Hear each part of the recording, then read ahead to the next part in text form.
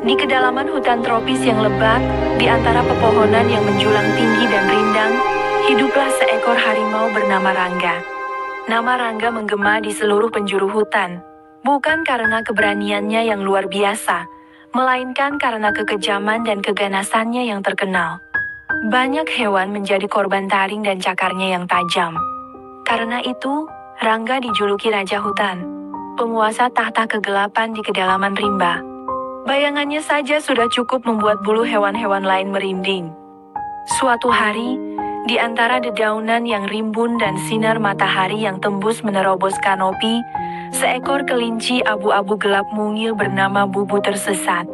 Bubu, dengan bulu halus dan mata yang besar dan bulat, biasanya berlarian riang di padang rumput terbuka. Namun hari ini, ia terjebak dalam labirin pepohonan yang lebat. Ia berlari tanpa tujuan, jantungnya berdebar kencang. Dan kemudian, ia melihatnya, Rangga, Raja Hutan yang ditakuti, berdiri tegak di hadapannya. Bulu Bubu meremang. Ia tahu cerita-cerita mengerikan tentang Rangga. Ia mengira ajalnya telah tiba.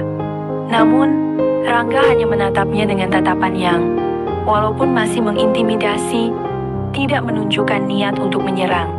Keheningan menyelimuti mereka, hanya diiringi suara serangga dan kicauan burung yang terdengar samar-samar. Dengan mengumpulkan keberanian yang tersisa, Bubu memberanikan diri untuk bertanya. Suaranya bergetar, Tuan Rangga, mengapa? Mengapa Tuan tidak menyerang saya? Semua hewan di hutan ini takut pada Tuan. Mereka mengatakan Tuan sangat kejam." Rangga mendengus pelan. Suaranya dalam dan berat. "Kekejaman itu bukan pilihan, Bubu kecil. Itu adalah takdir. Aku adalah pemangsa. Aku harus makan untuk bertahan hidup. Hewan-hewan yang menjadi mangsaku, itu adalah takdir mereka. Aku menyerang mereka karena terpaksa.